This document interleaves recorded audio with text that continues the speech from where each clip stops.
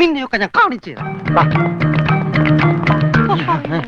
നിങ്ങളൊക്കെ ഇതെവിടെ പോകുന്നു? അല്ല, ആരോ കാണിച്ചു തരാന്ന് പറഞ്ഞ് ദേ ഒരെണ്ണം.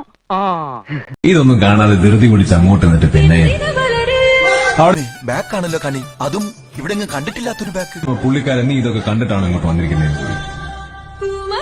ഒന്ന് തിരിക്കാൻ എന്താണ് ആ മാർഗം? അതെ, മുഖം ഒന്ന് കണ്ടാൽ മതിയായിരുന്നു.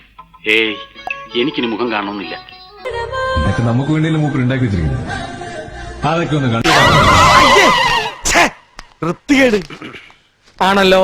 ഇതിലും വൃത്തികെട്ട 5 എണ്ണമാണ് ഞാൻ കണ്ടത്. ഹാപ്പി ആയിട്ട് കാര്യം. എന്താണോ എനിക്ക് അമ്മയും പെങ്ങളെ കണ്ട തിരിച്ചറിഞ്ഞൂടെ? എന്ത് ചെയ്യാനാ ആ ഒരു ഏരിയ കണ്ട പിന്നെ എന്റെ കൈ വെറുതിരിക്കില്ല. ഞാൻ പറഞ്ഞില്ലേ ഇതിന്റെ ഒരു വീക്ക്നെസ്.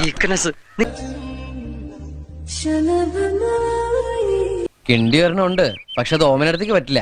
വില ഇത്തിരി കൂടുതലാ. വില നോക്കണ്ട ഓമനടുത്ത്. ഇവൻ എന്റെ കൂട്ടുകാരനായതുകൊണ്ട് പറയണല്ല. ഇതുപോലൊരു കിണ്ടി എന്റെ ജീവിതത്തിൽ ഞാൻ കണ്ടിട്ടില്ല. ഇതൊരു കിണ്ടി എന്ന് പറഞ്ഞാൽ 1.5 കിണ്ടി വരുന്നേ.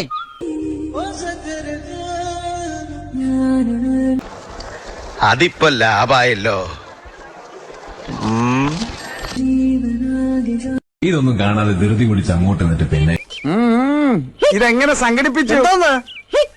അമ്പലം ചെറുതാണെങ്കിലും പ്രതിഷ്ഠ അപാരം. എന്നിട്ട് പിന്നെ അവിടെ ചെല്ലുമ്പോ പുള്ളിക്കാരൻ നീ ഇതൊക്കെ കണ്ടിട്ടാണ്. ഇത് കുളമല്ല, കിണറാണ്.